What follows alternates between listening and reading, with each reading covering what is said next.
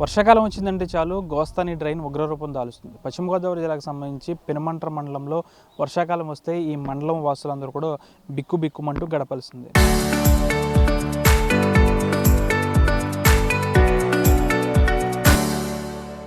ప్రతి రైతు కూడా తమ పంటలు ఎక్కడ మునిగిపోతాయని ఆందోళన చెందాల్సిందే. కేవలం 2 రోజుల వ్యవధిలో 2-3 గంటల్లో కురిసిన చిన్నపాటి వర్షానికి డ్రైన్ ఈ విధంగా వరద నీటితో ప్రస్తుతం ఉప్పొంగుతుంది. సాధారణంగా గత ఏడాది కురిసిన భారీ వర్షాలకు సైతం ఇదే రీతిలో డ్రైన్ ఉప్పొంగింది. దాదాపు చాలా వరకు కూడా వందల ఎకరాల్లో పంట నీట మునిగిందని చెప్పొచ్చు. ప్రస్తుతం ఈ గత కొన్ని రోజుల క్రితం కురిసిన వర్షానికి, చిన్నపాటి వర్షానికి ప్రస్తుతం డ్రైన్ ఈ విధంగా పొరులుతుంది. ప్రధానంగా జిల్లాలోని చాలా వరకు డ్రైన్లు ఈ విధంగానే పొంగిపొరులుతున్నాయి. దీంతో రైతులు ఆందోళన వ్యక్తం చేస్తున్నారు. గత కొన్ని రోజుల క్రితం వరకు కూడా నారుమడులకు నీరు లేక ఇబ్బంది పడ్డారు. కాలువల్లో నీటిని తోడుకుని మరీ పంట వేసుకున్నారు. ప్రస్తుతం పంట వేసుకున్నారు. పంట అనంతరం ఇప్పుడు డ్రైన్లలో నీరు పంట పొలాలపై విరుచుకుపడడంతో రైతులు తీవ్ర ఆందోళన వ్యక్తం చేస్తున్నారు.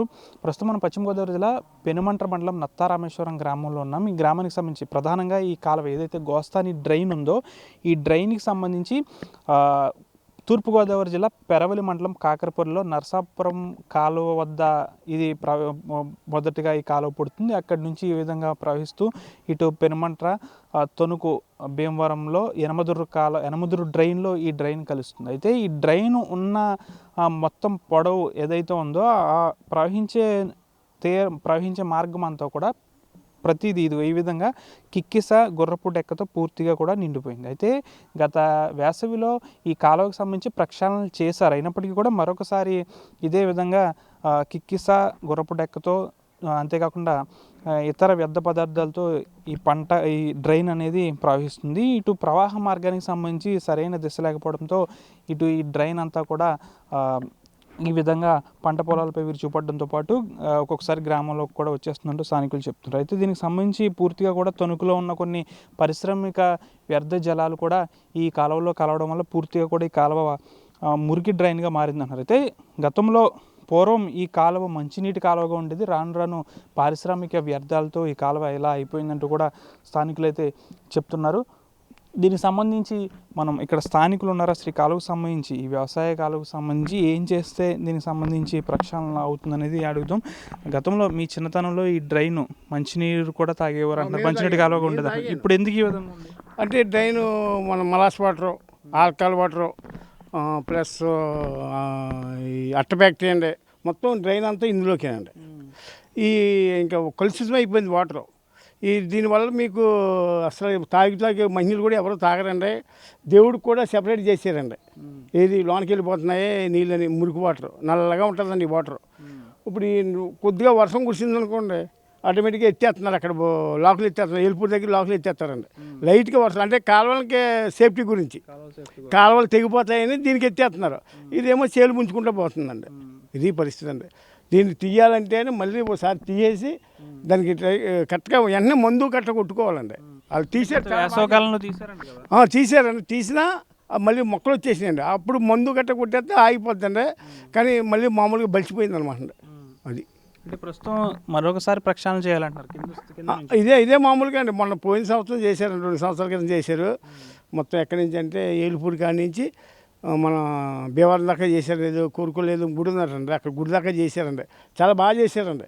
కానీ మళ్ళీ వచ్చేసిందండి. ఇప్పుడు చిన్నపాటి వర్షానికి ఈ విధంగా అయింది. రానున్న రోజులు భారీ వర్షాలు కురుస్తాయి, మరి అప్పుడేంటి? మొత్తం మునిగిపోతాయండి. సేపు ప్రస్తుతం మొలగలేదు, లెవెల్లో ఉన్నాయో దుఃఖాన్ని కురుస్తుంటుంది. ఈ 3 రోజులకి 4 రోజులకి దుక్కు కూడా ఉండదండి.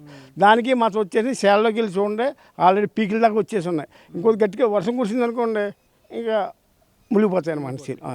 అంటే ప్రధానంగా ఈ పంటగా ఈ డ్రైన్ గతంలో మంచినీటి కాలువగా ఉండేది. కేవలం కాలుష్యం అదంతా కూడా ఈ కాలువలో కలవడం వల్ల ఈ విధంగా. అవునండి, అవును. ఇది ఫ్యాక్టరీ వల్ల, అట్ట ఫ్యాక్టరీ, ఆల్కహాల్ ఫ్యాక్టరీ, ఈ వాటర్ ఇందులో వదిలేస్తాం మీద ఇంకా డ్రైన్ ఊర్లో గ్రామస్తులు కూడా మలాసు మొత్తం వేస్ట్ అంతా దీంట్లో వదిలేస్తున్నారండి. వాటర్ కలుషితం అయిపోయింది అనమాట. ఇప్పుడు మలాస్ వాటర్ గాలికి వ్యాపిస్తే మొత్తం ఇంట్లో సామాన్లు కదా. ఇది ఎక్కడి నుంచి అంటే స్టార్టింగ్ మండపాకలో స్టార్ట్ అవుతుంది. మండపాక ఇలాగ వేలుపూరు, విల్లేంద్రపర్రు, ఈ మల్లిపూడి, రామేశ్వరం, జుత్తికి పెనుమంట్రే మామిడూరు జంతిపిల్లి అలాగ ఈ ఈ కాలువ పక్కన ఉన్న ఇల్లు మొత్తం సరుకులన్నీ నల్లగా మాడిపోతాయండి గాలి గాలి వలన ఇంకా మనుషులు ఎలా దెబ్బతిన్నారో అది ఆలోచించండి. ఒక్కొక్క సరుకులే మాడిపోతాయండి. ఇంట్లో వెండి వస్తువు పెట్టామనుకోండి నల్లగా అయిపోతుంది. ఎందుకు మీకు దేవుడి దగ్గరికి వెళ్ళండి, దేవుడి దగ్గర ఆ వస్తువు నల్లగా అయిపోద్ది అనమాట. అది మళ్ళీ ఎప్పటికప్పుడు తోముకుంటుండమే. ఇంకా ఈ డ్రైన్ వల్ల ఈ వాటర్ వల్ల ఈ కలుషితమైన వాటర్ వస్తుందంతో మనకి ఇంటి పక్కన ఊరి పక్కన మొత్తం అన్నీ ప్రతి ఇంట్లోనే ఇలాగ అయిపోతున్నాయండి.